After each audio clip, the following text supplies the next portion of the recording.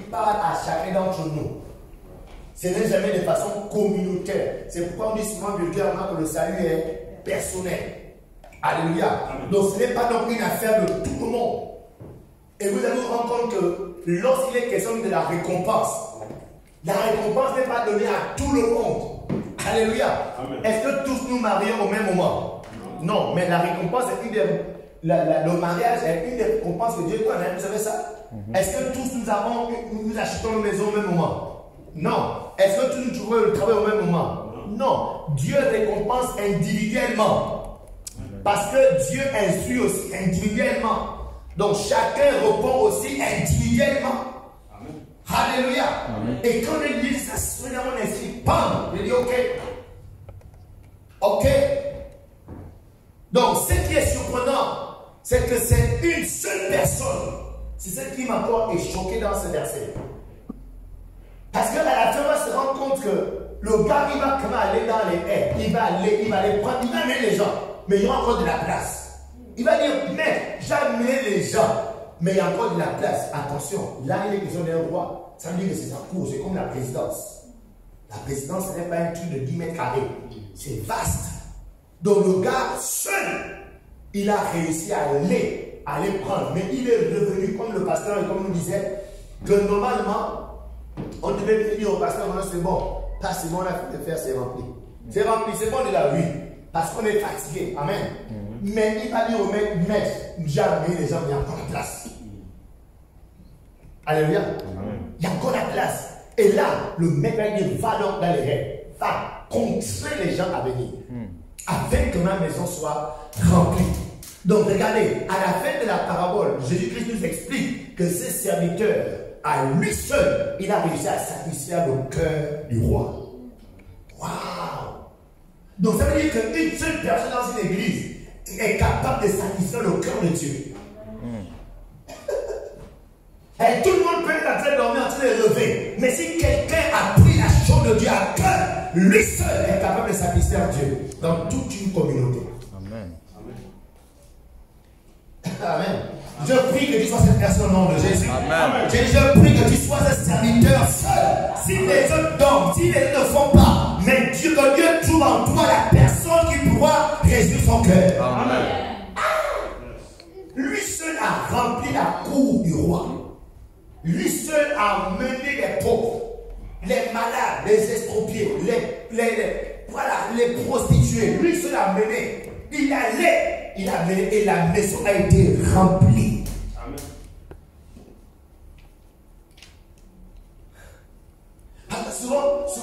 Souvent, les gens aiment l'effet de la foule. Aujourd'hui, le service dans l'église est bien comme l'effet de foule. Quand tout le monde fait, je fais. Il y a des gens qui sont zélés, quand ils voient beaucoup de gens en train de faire, ils font. C'est pourquoi vous verrez que, bon, c'est aussi un principe, hein.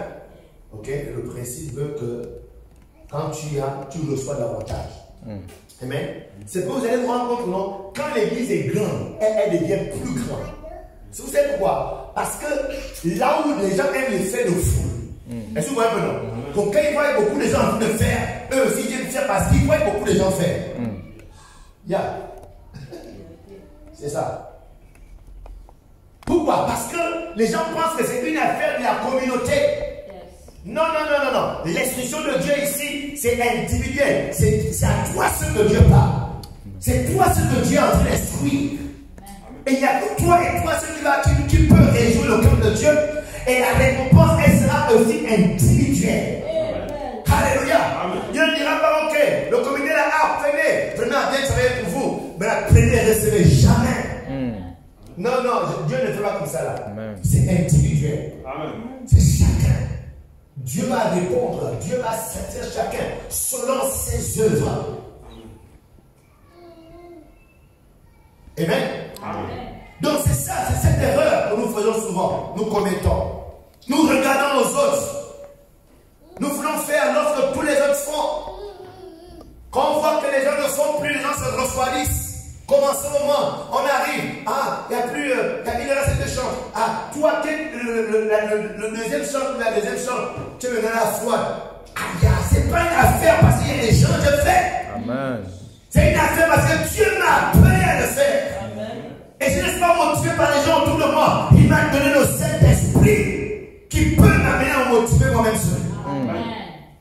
Est-ce qu'on est ensemble? Yes. C'est très important. Donc cette erreur-là, il faut ne tomber jamais dans l'erreur de la foule. Yes. La foule amène toujours en erreur. Je vous dis la vérité. La foule n'amène jamais dans ce qui est vrai. Ils ont décidé de juger le Christ devant Pilate. Hein? Je suis convaincu que beaucoup de ceux qui disaient crucifiez-le, beaucoup ne savent pas de quoi il était question. Je suis sûr. Ils ont entendu, c'est sûr que l'autre parlait de la pêche. Oh, man, tu sais quoi la pêche aujourd'hui? Ah, moi j'étais dans l'autre rivière là, où j'ai découvert, non, là-bas c'est une zone qui dit un peu prêcher là-bas. C'était bon. Et donc, ils ne comprenaient rien de ce qui s'est passé là-bas. Ils attendent, crucifiez-le, papa, crucifiez-le. Ok, crucifiez-le. Ils ne savaient pas que c'était la mort de quelqu'un dans le décider. La foule, attention, elle amène toujours à l'erreur. C'est pour d'où l'importance pour chacun de développer cette relation, communion avec le Saint-Esprit. Quand la foule fait des choses, tu t'assois d'abord, tu questionnes. Saint-Esprit, c'est la foule, Dieu là. Est-ce que c'est bon? Amen. Waouh!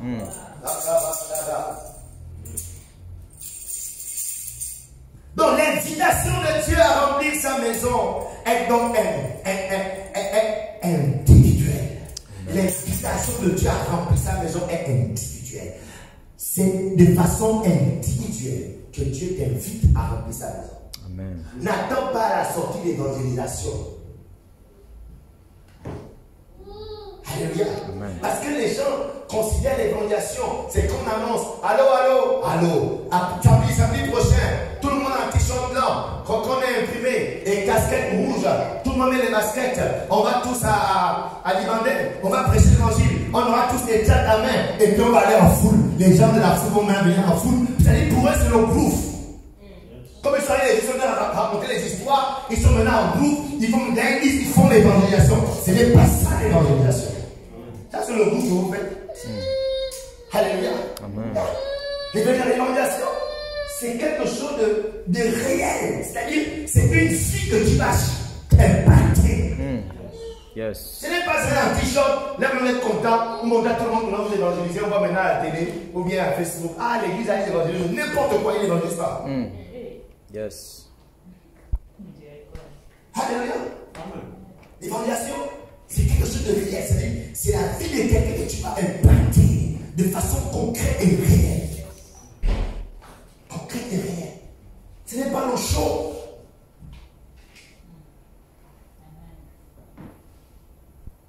Donc l'invitation de Dieu, comprenez-le les amis, à remplir sa maison.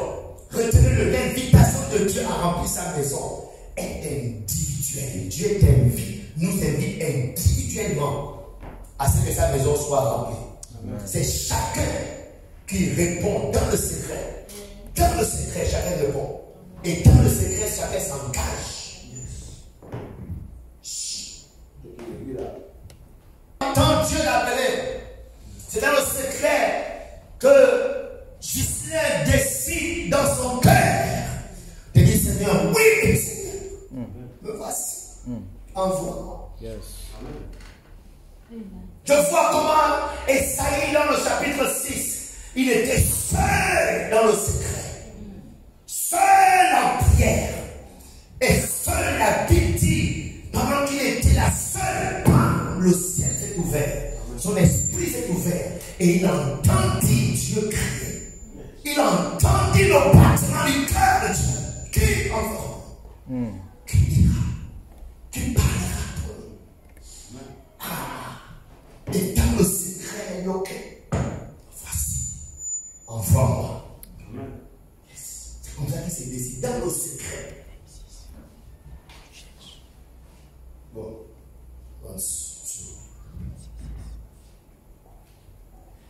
qui comprend que c'est une affaire de secret? Qui comprend c'est une affaire de secret? Alléluia, c'est très important. Yes. Yes, écoutez, à force on veut se battre. Après vous soyez des chrétiens. Yes. Les disciples. Voilà, les chrétiens disciples. Amen.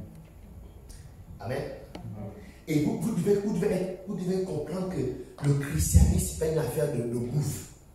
Aujourd'hui, le christianisme devient comme un gouffre. On aime une église où on danse bien, on danse bien. C'est-à-dire qu'il y a des gens, une église, quand il n'y a pas les yeux de lumière, s'il n'y a pas tout le décor là. Mais attendez, Jésus-Christ n'est pas mort pour ce décor. C'est bon le décor. Nous on aime le décor, à force. Amen. Nous on va toujours le décor. Amen. Mais aujourd'hui, ça devient la condition des gens pour adhérer à l'église. Quand ils arrivent et que c'est encore bizarre, bon, je ne sais pas l'église. Moi, quand je suis rentré à Force au Sénégal, c'était quelque chose de petit, minuscule, qui ne ressemblait à rien. Mais c'est dans ce petit minuscule-là que j'ai reçu la paix. Amen. Donc c'est là dans le secret, seul dans sa chambre. Seul, c'est-à-dire, tu questionnes Dieu, Dieu te répond. Tu questionnes Dieu, Dieu te répond. Et pouf, ton esprit s'ouvre et tu rencontres le cœur de Jésus. Beaucoup de chrétiens n'ont pas encore rencontré le cœur de Jésus. Non, beaucoup n'ont pas encore le cœur de Jésus. Le cœur de Jésus-Christ ne bat que pour les âmes qui ne sont pas encore dans la bergerie. Yes. Et là, ça veut dire quoi? Que lorsque mon cœur, j'ai entendu, j'ai été appelé et j'ai répondu, c'est-à-dire je deviens comme une braise qui est allumée. Lorsque Marilène aussi a entendu, elle a répondu. Lorsque Kessie a entendu et répondu. C'est-à-dire, on est ici, personne ne nous motive. Nous sommes déjà chauds. Yes. Amen. Alléluia. Amen. La seule chose qui va se passer, parce que je suis une braise, tu es une braise. Lorsqu'on va se mettre ensemble, c'est qu'il y aura juste le feu. Amen. La flamme va juste monter. Mais sinon, chacun dans son secret est déjà chaud.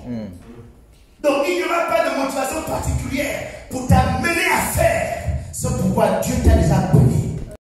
Lorsqu'on ne t'oriente pas dans ça, sans te déranger, lorsque le pasteur ne te dirige pas, ne t'oriente pas, ne t'amène pas à faire ce pourquoi tu pries.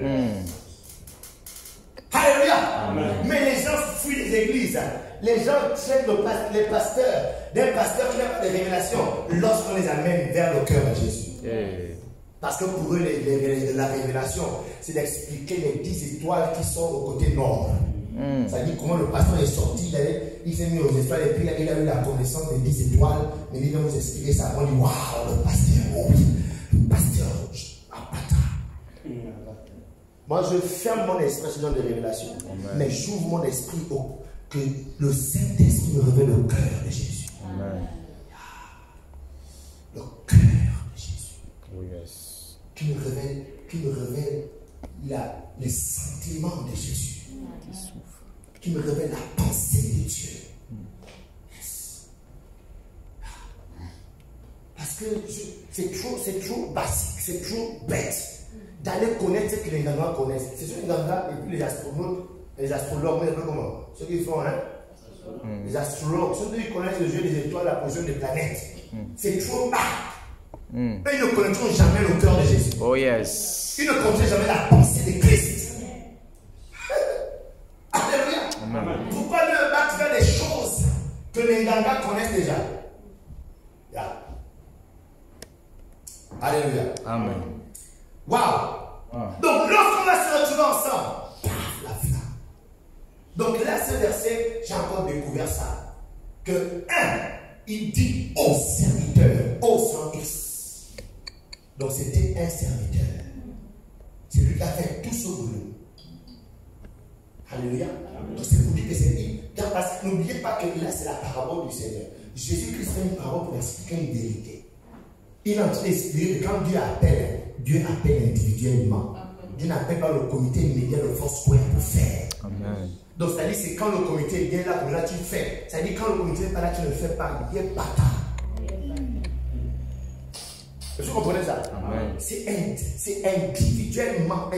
Jésus-Christ n'est pas mort pour les médias. Il est mort pour toi seul. Est-ce que vous comprenez ça? Amen. Donc parce qu'il est mort pour toi seul, alors c'est toi seul qui dois être reconnaissant envers lui. Tu ne peux pas être reconnaissant. Si tu me donnes 100 000, hein, et que on est là, tu as besoin de 100 000, chacun sera reconnaissant à son niveau. Est-ce que vous comprenez? Yes. C'est ça une reconnaissance collective. Non. Parce que quand c'est collectif, ce n'est pas sincère. Alléluia. Amen. Donc, là, ce soir, dans ce verset, en plus de ce que vous connaissez déjà, ajoutez-le. C'est individuel. Yes. Donc, c'est individuel que Dieu t'appelle, m'appelle à ce que sa maison soit remplie. Amen. Donc, on n'attend plus un programme d'évangélisation, mon frère. Amen. Parce qu'on n'attend plus qu'on décrète un jeûne de 7 jours et 7 nuits avant d'aller évangéliser. Dieu t'a appelé seul. Yes. Yes. Dieu m'a appelé seul à aller. Alléluia. Et ce matin, j'étais en train de méditer, j'ai dit oui, c'est vrai. C'est vrai, c'est seul. Donc ça veut dire quoi? Que seul, je suis dans un restaurant, seul, je dois me lever. Je suis dans un taxi, seul, je dois me lever. Je suis en train de marcher au quartier, seul, je dois me lever. Ça dit c'est seul, c'est une affaire individuelle. Ça dit ce que je fais là-bas, le monde, l'église n'est pas obligé de savoir, mais Dieu sait. Amen. Que je suis en train de faire quelque chose pour lui.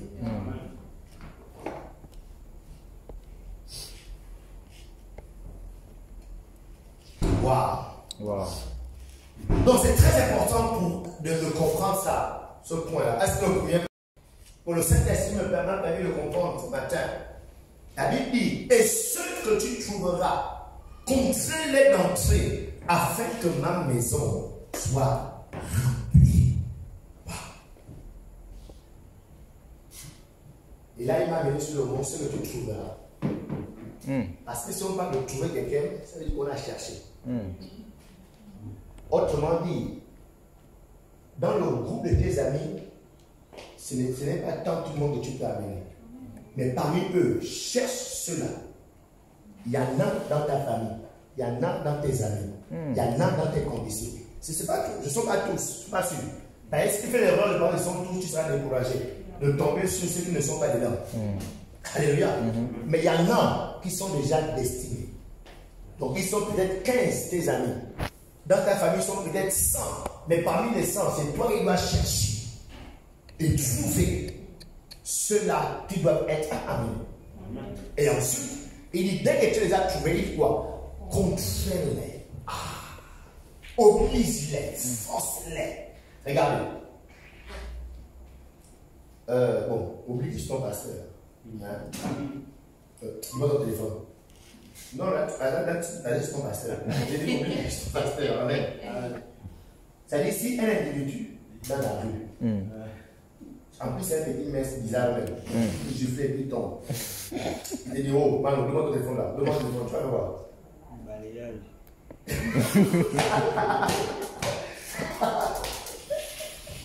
Il va te help, comme un petit. Maintenant, si tu le fais avec un vrai pistolet comme ça, demande ton téléphone. Le téléphone, c'est que c'est vous. C'est vous, parce que. Non, même si les mains c'est court et que tu as vu un pistolet ou que tu as vu une machette, tu comprends non? En fait, il va te compte. Au fond, tu ne veux pas lui donner ton téléphone. Mais tu as vu quoi? Tu as vu la machette. Tu as vu le fusil. Donc le fusil est l'élément qu'il utilise pour te contraindre, pour te forcer, pour t'obliger à donner ta chose. Alléluia. Et là, il dit quoi? Quand tu vas trouver les gens, contrains-les. Ça veut dire quoi? Il y a quelque chose que tu dois montrer pour les forcer à venir. Oh yes. Ça veut dire ce n'est pas tant toi, ce n'est pas tant ta personne, mais ils vont voir quelque chose que tu as, que tu détiens. Cette chose-là va les contraindre à venir. Oh yes. Sinon, au début, il n'avait aucune pensée de venir. Mais parce que tu as montré quelque chose, et cette chose les contraint, les force. Amen. Alléluia. Et la Bible nous dit que nous, notre arme, ce n'est pas le fusil. Notre arme, ce n'est pas l'argent. Les armes des chrétiens, l'arme puissante du chrétien, c'est l'amour. L'amour. C'est-à-dire que dès que tu les as trouvés, parce qu'il faut avoir les trouver, amen. Dès que tu les as trouvés, il faut maintenant montrer, c'est-à-dire de façon intentionnelle, tu te concentres sur eux, tu t'investis sur eux, tu montres l'amour. Quand ils vont voir l'amour, ils n'ont jamais, ils vont te dire, mais comment cette personne s'est détachée de moi? Oh yes. Comment elle m'aime? Comment? C'est-à-dire, à cause de ce que tu montres l'amour, la personne, elle se rend bien des yeux. Yes. Mais il ne faut pas faire ça avec n'importe qui. Parce que n'importe qui s'en fout de l'amour. Amen. C'est pourquoi il faut d'abord les trouver. Dès que tu les as trouvés, il faut maintenant, un, l'amour. Deux, il faut aussi la sagesse. Parce que parmi eux, ce sont peut-être des patrons. Le patron, tu ne peux pas l'inviter comme tu invites ton petit frère. Et tu comprends? Un chef, tu l'invites comme tu invites un gars qui va toujours regarder. Il faut une certaine sagesse. Que le patron ne comprend pas, il t'accompagne à l'église. Il ne se rend pas compte, ça fait 6 mois, il est au tu pries. Il y a la sagesse qu'il a emballée, il est à l'intérieur. Alléluia. Donc tu as montré quelque chose et la chose les a accomplie. Quand il comprend, il dit ouais. Donc ce n'est pas une affaire de forcer les gens. Vous aussi, machin, tu expliques les gens et puis non. Notre âme pour contraindre les gens, l'amour. Yes. Manifestons l'amour aux gens qu'on a trouvés, qui sont destinés au salut. Manifestons l'amour. Et ces gens-là seront obligés de venir. Amen. Amen. Est-ce qu'on entend? Amen. Quand tu as trouvé que c'est pas une cousine, hein, et que le Seigneur t'a montré que c'est elle fait partie des gens. Mais dès que tu apprends que la cousine, elle a par exemple, je prends un exemple, elle a par exemple perdu son enfant. Elle a fait un jeu. Elle est à l'hôpital. Oh, mais tu ne peux pas rester les deux, tu appelles au téléphone. Non, voici une opportunité de montrer l'amour. Tu vas couvrir elle. Tu vas acheter les fruits. Tu vas aller demander la facture, c'est combien. Tu vas prendre ton dernier argent. Parce qu'il faut que tu montres l'amour. Il faut qu'elle voit que tu es là. Après, tu la consoles, tu la rassures. Tu pleures avec elle. Tu dis ça va aller. Tu es bon, ça va aller. Dieu va t'élever. C'est pas grave. Dieu aura d'autres pour toi. Quand elle va se rétablir là, elle va se rappeler de toi. Et quand tu vas l'appeler, tu fais quoi ce moment tu viens. Regarde, elle va venir. Amen. Parce qu'elle a vu quelque chose qui l'a contraint, qui la force à venir. Alléluia! Amen. Yes! Wow! Oh, on vient les aides. Ayez, je n'hésite pas l'introduction. Ok, c'est pas grave. On est obligé de terminer. On a un peu vendredi, c'est ça, non? Donc, on va prier ce soir. On va prier déjà que Dieu fasse de nous des prêtres. Nous voulons être des prêtres, comme on a vu d'abord, que c'est de façon individuelle que chacun reçoit. C'est de façon individuelle que chacun est persuadé, chacun est convaincu, chacun est entendu, chacun prend la décision avec Dieu de faire ce que Dieu attend de lui. Alléluia. Pour ça, ça veut dire que c'est dans le secret qu'on s'échauffe, c'est dans le secret.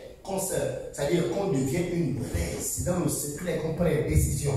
C'est dans le secret qu'on se donne à Dieu. C'est dans le secret qu'on décide de faire ce qu'on va faire pour lui. Alléluia. Tu vas prier ce soir que le Saint-Esprit t'enflamme. Que le Saint-Esprit te donne la conviction, te donne d'être convaincu de ce que Dieu t'appelle.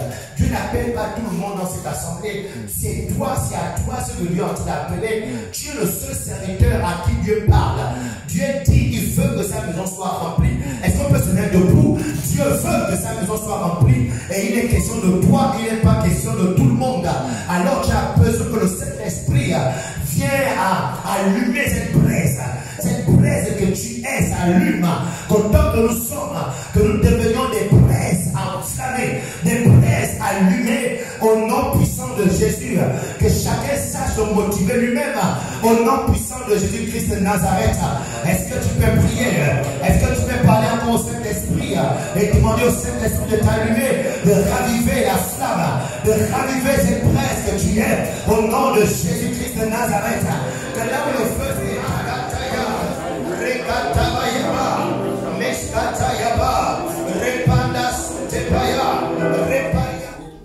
le week-end dernier, nous avons vu qu'une église qui grandit chaque semaine glorifie Dieu. Amen. Donc, tout autre sentiment, toute autre idée, tout autre comportement, toute autre action qui est contraire à ce que la maison de Dieu soit remplie, nous savons simplement que cette idée, cette action, ce comportement vient de Lucifer.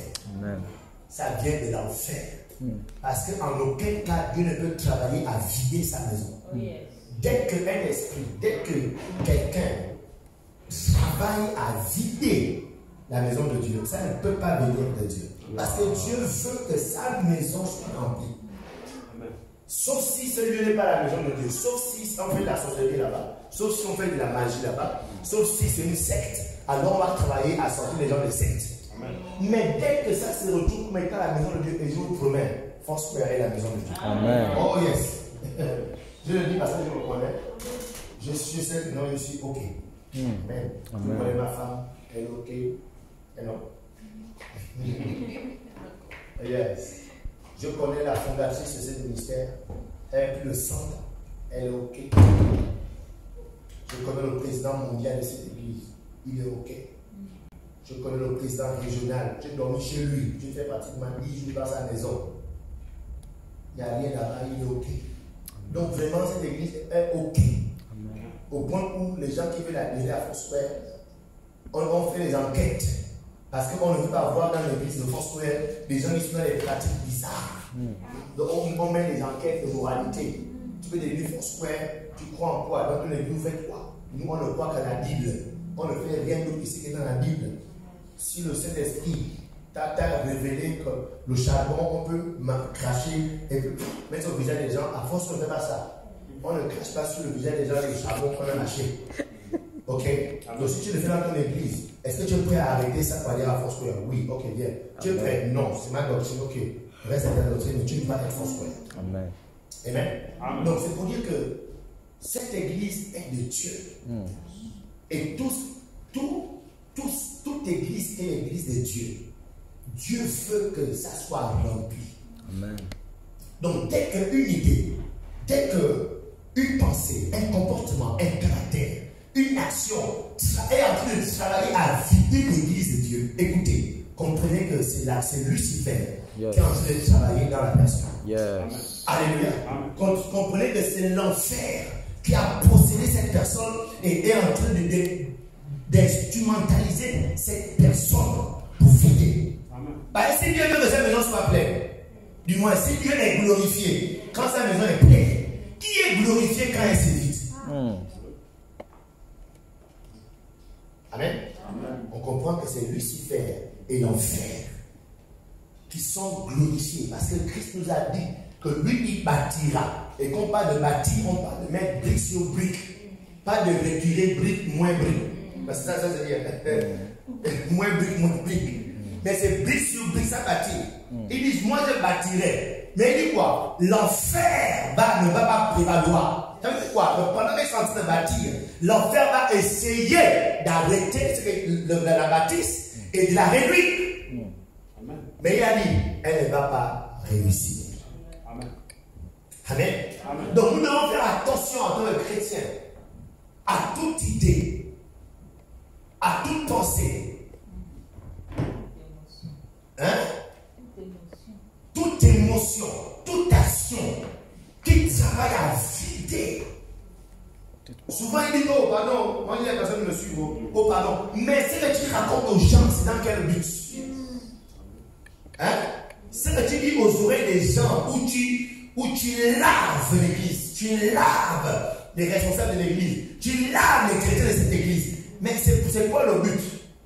Mais quand ça tombe dans les oreilles de ces chrétiens-là, ça produit quoi? Tu leur dois de quitter. Alléluia. Alors là, l'enfer a déjà pris ton cœur. Et l'enfer est en train de t'utiliser.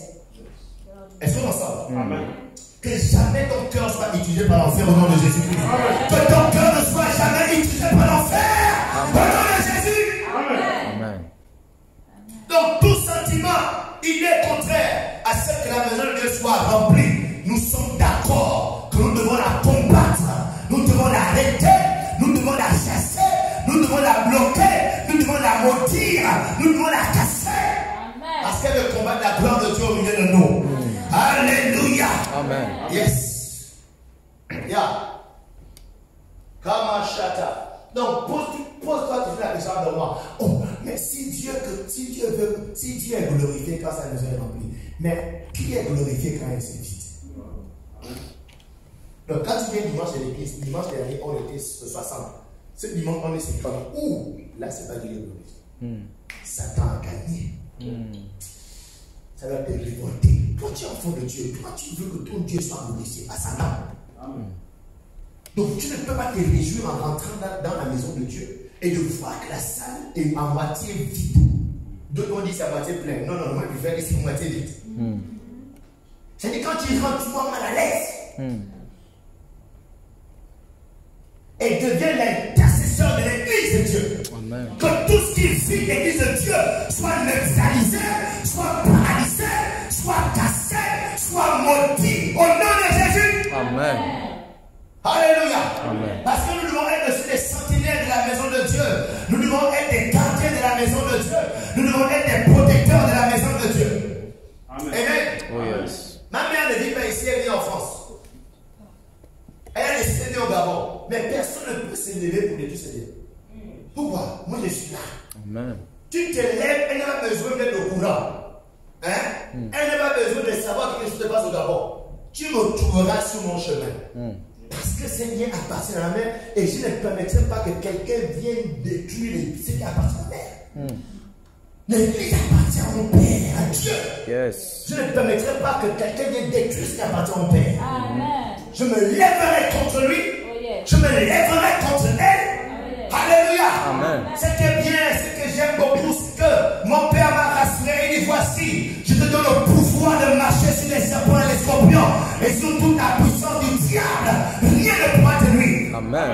J'ai déjà l'assurance que j'ai le pouvoir contre eux. Oh, yes. Je suis plus fort qu'eux. Yes. J'ai le dessus sur eux. Amen. Alléluia.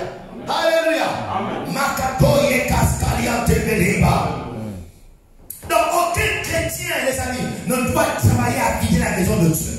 Je reprends aucun chrétien né de nouveau. Bon, aucun ici. Bon, ça n'est pas aussi.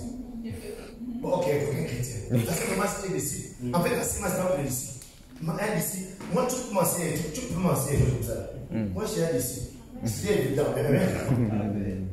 Donc, aucun enfant de Dieu. Aucun chrétien qui se débrouille.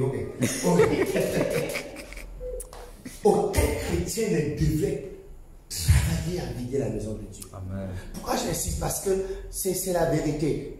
Beaucoup d'églises sont vidées par les chrétiens Oh yes. à cause de leurs